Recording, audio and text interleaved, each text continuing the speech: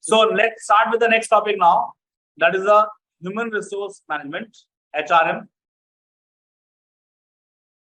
देखिए, human resource management बेटा HRM, this is one of the very important department, I'll say, in every organization.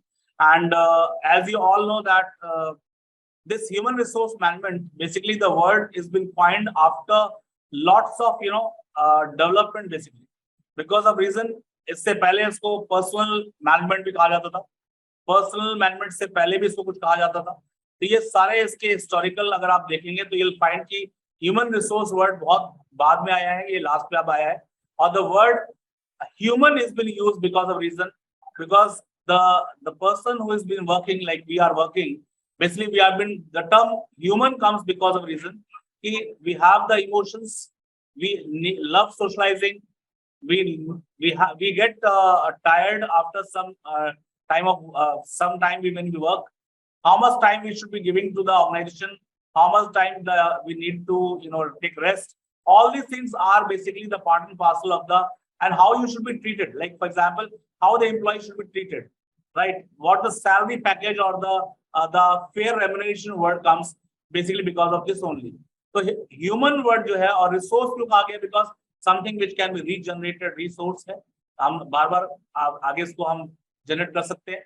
और function of human resource जो हमारा है, that is management, is to provide skilled human elements. अभी हमारा जो human resource management आपका HR department है किसी ऑर्गेनाइजेशन का, वो क्या करता है कि कंटिन्यूअसली वो क्या करते हैं, continuously they are in search of the people who are skilled human element. Skilled का मतलब खाली आर्ट फैक्टर से नहीं है. I am talking skilled means that is the person having the knowledge and expertise also. The skilled का मतलब खाली art से नहीं है, साइंस से भी है. साइंस का मतलब knowledge and experience means expertise, which is basically comes with the skill orientation. So provide skill and human element to the enterprise. Therefore big enterprise create a separate department.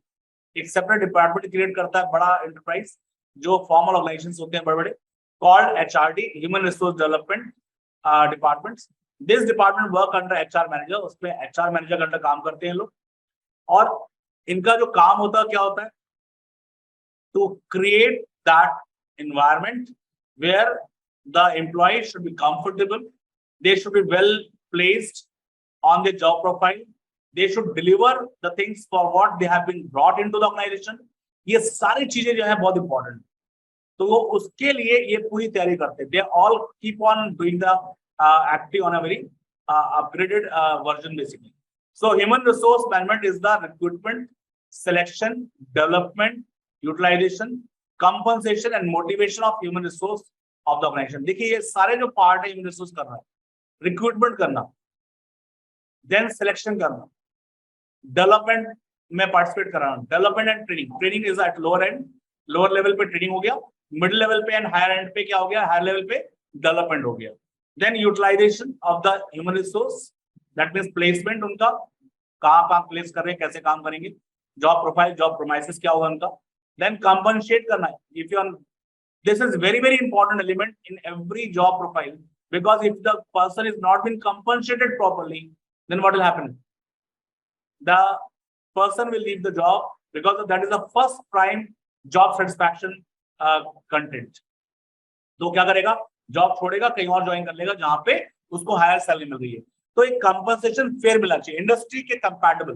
Fair का definition ये है कि जो industry है, जैसे suppose एक शू industry है, तो आपकी अगर शू इंडस्ट्री है तो mister A is a manager, तो आपकी जो शू फैक्ट्री है उसमें मिस्टर ए को जो सैलरी मिल रही है, क्या उस इंडस्ट्री के एवरेज के बराबर मिल रही है या नहीं मिल रही है? That will be the fair. Otherwise fair का कोई डेफिनेशन नहीं.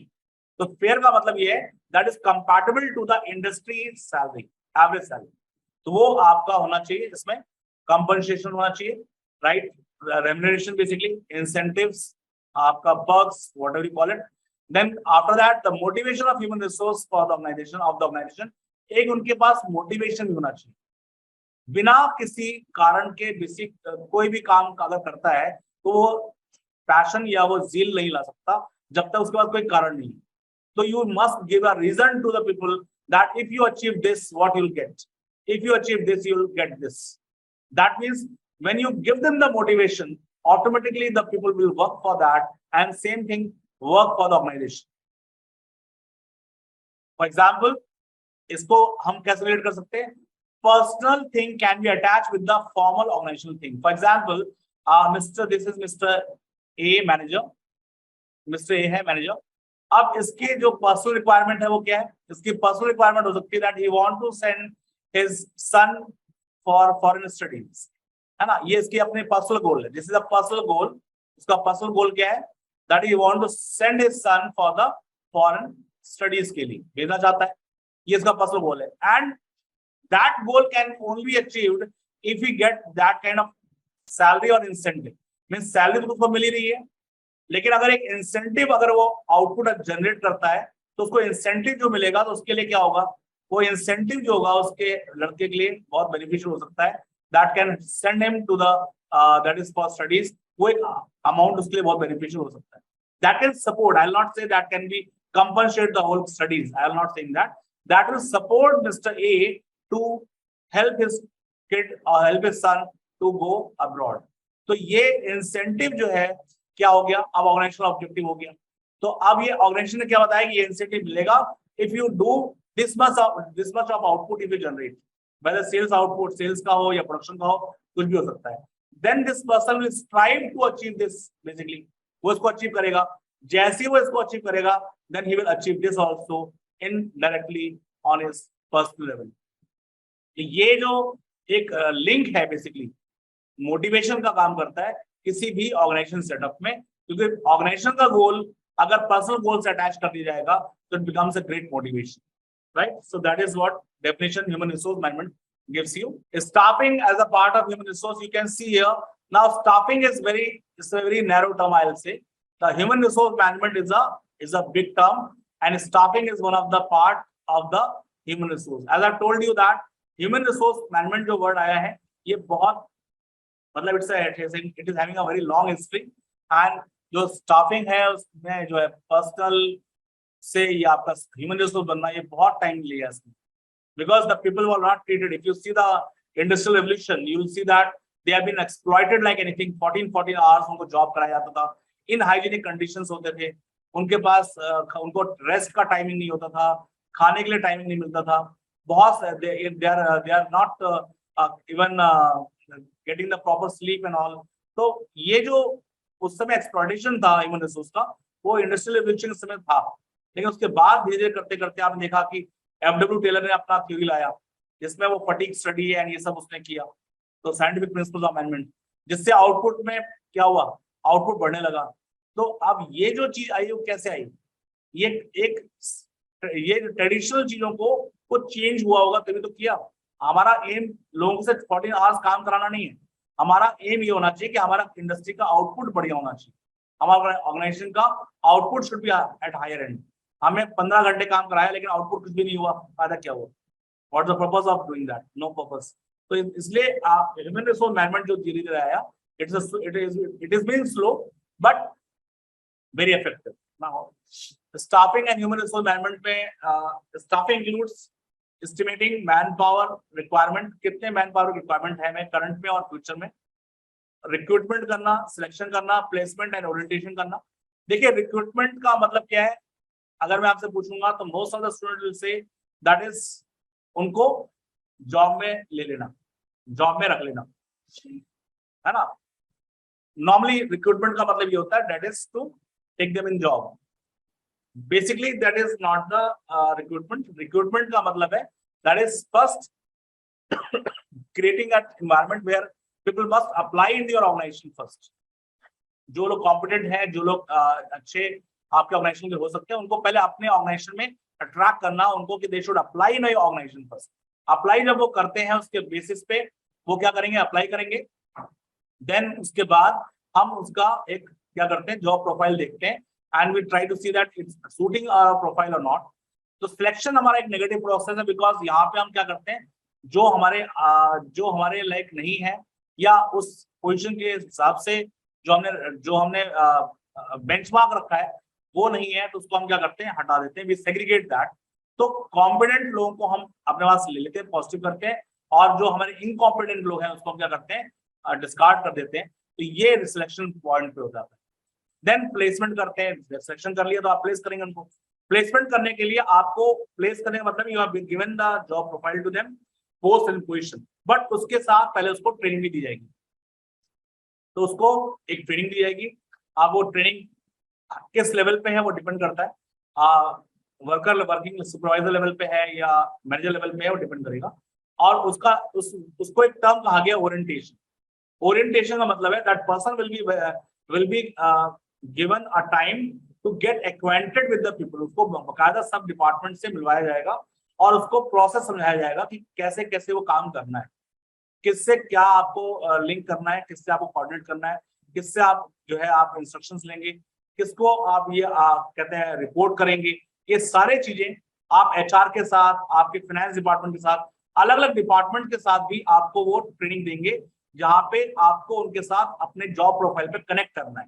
That is called orientation. आप रॉ नहीं होने चाहिए because it will waste hell of the time in the organisation.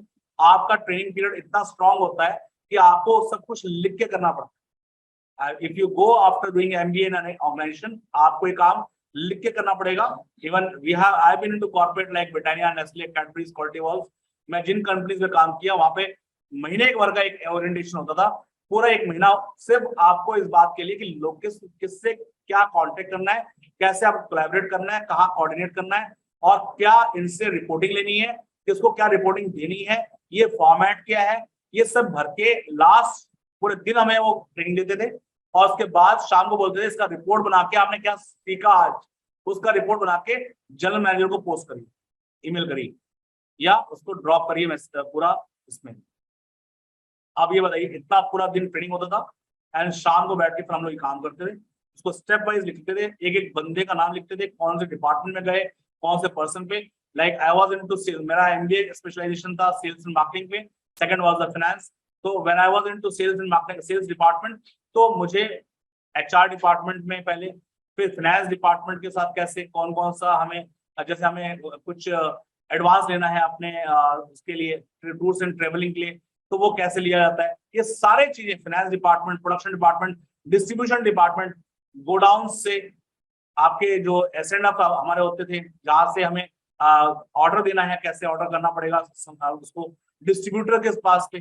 फिर उन्होंने जब पहले इन हाउस दे दिया 10 दिन 12 दिन हमें अंदर इंडस्ट्री में, और अलग अलग इंडस्ट्री प्रोडक्शन कैसे होता है, उन्हें हमें प्रोडक्शन करने के जगह पे भी लेके गए, प्रोडक्शन प्रोसेस दिखाया, पूरा उसकी जानकारी दी, पूरा डिटेल। उसके बाद बोला कि आप वहां पे टेस्ट करिए उन चीजों को।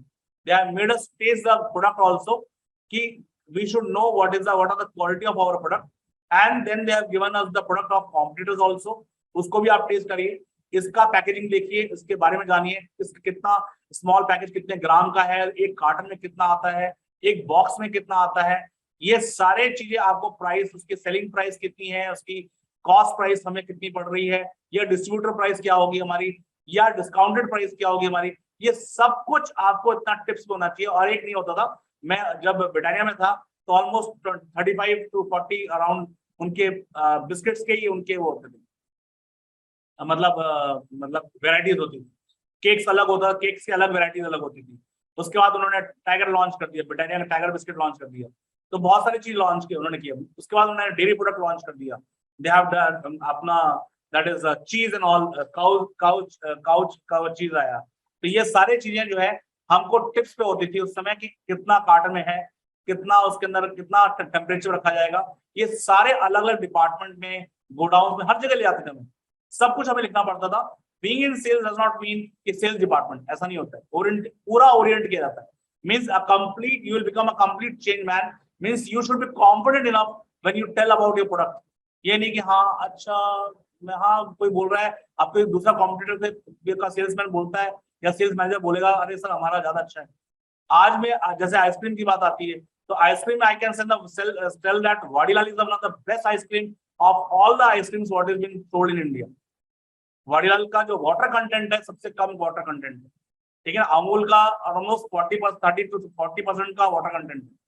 तो ये वाटर कंटेंट क्या होता है, ये सब चीजें हम लोग को बहुत अच्छे से जानकारी दी जाती है, और यही रीजन था कि आप अपने प्रोडक्ट को प्लेस कर सकते हैं। Otherwise it will become very difficult for you to place your product basically, right. Anyway, placement orientation हो गया। परफॉर्मेंस अप्रेजल जो होता था, that is for the employees, means उनका जो जॉब प्रोफाइल है उसमें उन्होंने पूरे ईयर में जो परफॉर्म किया वो उसके रिकॉर्ड्स, उनके जो अचीवमेंट्स हैं वो सब उसमें लिखे जाते हैं और उसके बेसिस पे उनका अप्रेजल होता है। अप्रेजल का मतलब है सुपीरियर जो है उस सबऑर्डिनेट का एक रिपोर्ट देगा जिसमें वो बताएगा कि ये इनका परफॉर्मेंस पूरे साल क्या रहा और क्या अचीवमेंट्स रहे और उसमें क्या सेटबैक रहा, क्या एटीट्यूड रहा, everything they will write in that and accordingly the HR is going to do the what, the increment in the salary। तो एक परफॉर्मेंस अप्रेजल कहते हैं वो होता है। उसके बाद compensation of the employee, definitely most important element क्या है भाई, सभी को कुछ ना कुछ पैसा अर्न करना अपने घर को चलाने के लिए, तो वो क्या मिलेगा उनको, खाली earning salary cash in hand नहीं। आपका इसमें बहुत सी कंपनीज उनके बच्चों को जो है फ्री एजुकेशन प्रोवाइड करती हैं, उनको हेल्थ फैसिलिटीज प्रोवाइड करती हैं, स्कूल का मतलब उनको even medical facilities free provide करती हैं, राइट। बहुत से कंपनीज जो है उनको हाउस रेंट, जो हाउस फैसिलिटीज प्रोवाइड करती हैं। जिनके पास हाउस फैसिलिटीज जिनको नहीं मिल पाती है तो उन्हें that is house rent allowance मिलता है बेसिकली। तो ये अलग अलग जितनी जो भी कंपनीज हैं वो अपने कितना ध्यान रखती है अपने एम्प्लॉइज का by giving this kind of amenities, because उनका कॉस्ट है। अगर एम्प्लॉय अपने बच्चे को किसी अच्छे स्कूल में पढ़ाएगा तो उसको फीस बहुत अच्छी देनी पड़ेगी, उसको अगर मेडिकल केयर चाहिए तो उसको उसका अच्छा पैसा जमा करना पड़ेगा। और ये सब अगर उसको मिल कहाँ पे रहा है, अगर उस कंपनी में मिल रहा है तो क्या होगा, automatically that person will stick for long, that has a cost. Tatas के आप जाइए, आप बिरलास के स्कूल उसमें जाइए, कंपाउंड में जाइए, you will find fantabulous kind of environment. वहाँ पे अच्छे स्कूल्स होते हैं, पूरे टाउनशिप होती है प्रॉपर, वहाँ पे पूरे बच्चे वहीं के लोगों के लिए टाउनशिप है, वहीं के बच्चों के लिए स्कूल्स है, वहीं पे उन्होंने टीचर रिक्रूट किए हुए हैं, वहाँ पे सारी फैसिलिटीज उनको मिल रही है, medical, library, playgrounds, all sort of thing they are giving to them because of reason कि अगर वो एम्प्लॉय की फैमिली को रिटेन नहीं कर पाएंगे तो employee can't be retain for a longer period, employee को रिटेन नहीं कर सकते। ह्यूमन रिसोर्स मैनेजमेंट क्या है बेटा, दैट इज स्टाफिंग, तो आपका आ गया, जो आपका स्टाफिंग का पार्ट, ये सारा चीज आ गया।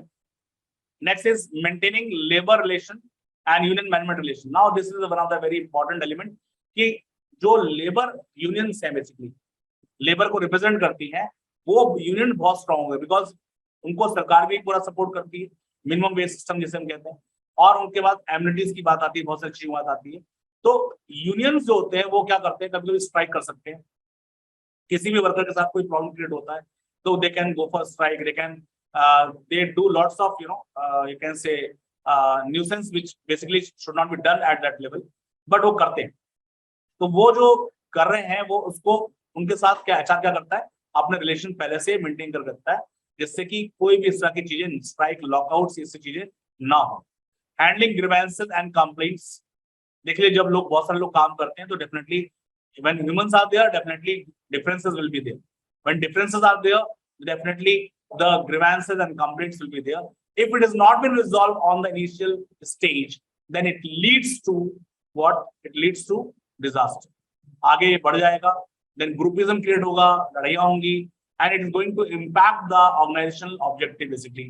so उसको initial level पे कैसे resolve कर दिया जाए, तुरंत खत्म किया जाए, उसका उनका ग्रीवेंस रिड्यूसल सेल भी होता है जो तुरंत उसको खत्म करता है। ऐसे आपका कंज्यूमर रिड्यूसल सेल्स भी होता है, लेकिन कस्टमर है आपका, वो उसके ग्रीवेंसेस हैं, अगर उसको कोई नहीं देखेगा तो क्या होगा, one bad customer can leads to hundreds of good, can convert the hundreds of good customer into bad one, वो खराब कर देगा आपका कस्टमर।